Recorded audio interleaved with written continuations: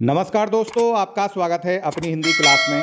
आज मैं CBSE board द्वारा कक्षा 9 की हिंदी पाठ्य पुस्तक क्षितिज भाग 1 में संकलित कविता बच्चे काम पर जा रहे हैं के बारे में बताऊंगा, जिसके कवि राजेश जोशी हैं।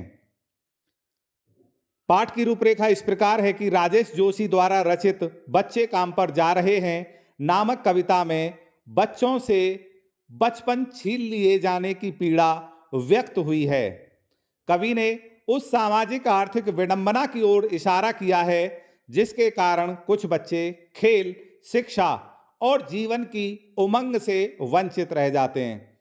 यह कविता गहरे सामाजिक बोध की कविता है। कवि ने बाल मजदूरी की भयानक स्थिति के प्रति चिंता व्यक्त की है। जो उम्र बच्चों के खेलने कूदने की व पढ़ाई लिखाई की होती है, उस उम्र में उन्हें मजदूरी करनी पड़ती है। व्यवस्था के कारण काम पर जाना पड़ रहा है। तो कविता का पहला ही काव्यांश इस प्रकार है कि कोहरे से ढकी सड़क पर बच्चे काम पर जा रहे हैं सुबह सुबह। बच्चे काम पर जा रहे हैं हमारे समय की सबसे भयानक पंक्ति है यह। भयानक है इसे विवरण की तरह लिखा जाना चाहिए इसे सवाल की तरह। काम पर क्यों जा रहे हैं बच्चे? कवि कहता है कि सुबह के समय सड़कों पर घना कोहरा छाया हुआ है, चारों ओर भयंकर ठंड पड़ रही है, फिर भी रोजी रोटी कमाने की व्यवस्था के कारण बच्चों को काम पर जाना पड़ रहा है। जिस समय बच्चों को ठंड से बचने के लिए घर में होना चाहिए, उस समय वे काम करने के लिए घने कोहरे के साए में सड़कों पर निकल पड़े हैं। हमारे युग की सबसे भयावह स्थिति है कि जिस उम्र में बच्चों को खेलना कूदना व पढ़ना लिखना चाहिए, उस उम्र में वे काम कर रहे हैं। इससे भी भयानक स्थिति यह है कि हमारा समाज इस समस्या को सामान्य घटना मानकर इस ओर ध्यान ही नहीं दे रहा है। इस समस्या को महत्वपूर्ण प्रश्न के रूप में प्रस्तुत किया जाना चाहिए कि आखिर ये बच्चे खेल कूद व पढ़ाई लिखाई की दुनिया से दूर रहकर पेट पालने की चिंता से ग्रस्त क्यों हैं। कविता का दूसरा काव्यांश इस प्रकार है कि क्या अंतरिक्ष में गिर गई हैं सारी गेंदें, क्या दीमकों ने खा लिया है सारी रंग बिरंगी किताबों को, क्या काले पहाड़ के नीचे दब गए हैं सारे खिलौने, क्या किसी भूकंप में ढह गई हैं सारे मदरसों की इमारतें, क्या सारे मैदान, सारे बगीचे और घरों के आंगन खत्म हो गए हैं एकाएक।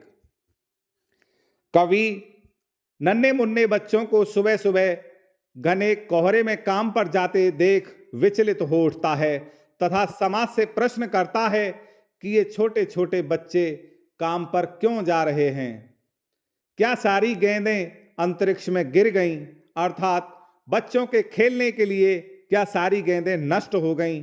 क्या इनकी रंगीन किताबों को दीमकों ने खा लिया, अर्थात जो बच्चों की किताबें थीं क्या वे अब नष्ट हो गई हैं? क्या बच्चों के सारे खिलौने किसी काले पहाड़ के नीचे दबकर नष्ट हो गए हैं? क्या किसी भूकंप के कारण बच्चों के विद्यालयों की इमारतें नष्ट हो गई हैं? क्या बच्चों के खेलने के सारे मैदान, बगीचे, घरों के आंगन समाप्त हो गए हैं? आखिर इस तरह से अचानक बच्चों को बचपन की सारी सुख सुविधाओं से कैसे वंचित कर दिया गया है। जो तीसरा काव्यांश है वो इस प्रकार है, तो फिर बचा ही क्या है इस दुनिया में, कितना भयानक होता अगर ऐसा होता। भयानक है लेकिन इससे भी ज्यादा यह कि हैं सारी चीजें हस्ब मामूल, पर दुनिया की हजारों सड़कों से गुजरते हुए बच्चे, बहुत छोटे छोटे बच्चे काम पर जा रहे हैं। कवि कहता है कि यदि बच्चों से उनका बचपन छीन लिया जाएगा तो इस संसार में क्या बचेगा। अगर इस संसार में बच्चों के लिए गेंदें, रंगीन पुस्तकें, खिलौने, विद्यालय, मैदान, बगीचे और आंगन न रहें तो इस संसार का क्या लाभ है? ऐसे संसार का होना न होना व्यर्थ है। यदि संसार सचमुच ही इन वस्तुओं से रहित हो जाए तो संसार कितना भयंकर प्रतीत होगा। अंत में कवि स्पष्ट कहता है कि यदि संसार में कुछ न बचता तो यह भयानक बात थी, परंतु उससे भी अधिक भयानक बात यह है कि सब कुछ पहले जैसा ही है। ये वस्तुएं वैसी ही हैं जैसी होनी चाहिए, लेकिन दुर्भाग्य यह है कि ये चीज़ें इन बच्चों को नहीं मिल पाती। देश के बच्चे इनसे वंचित रह जाते हैं। बच्चे खेलने कूदने व पढ़ने लिखने की उम्र में रोजी रोटी कमाने के लिए विवश हैं। संसार की हजारों सड़कों पर नन्हे नन्हे बच्चे काम करने के लिए जा रहे हैं। बाल मजदूरी निरंतर जारी है। यह सचमुच चिंता का विषय है। तो दोस्तों, वीडियो को पूरा देखने के लिए धन्यवाद। चैनल को सब्सक्राइब कीजिए, वीडियो को लाइक कीजिए, कमेंट कीजिए और अपने दोस्तों के पास शेयर कीजिए।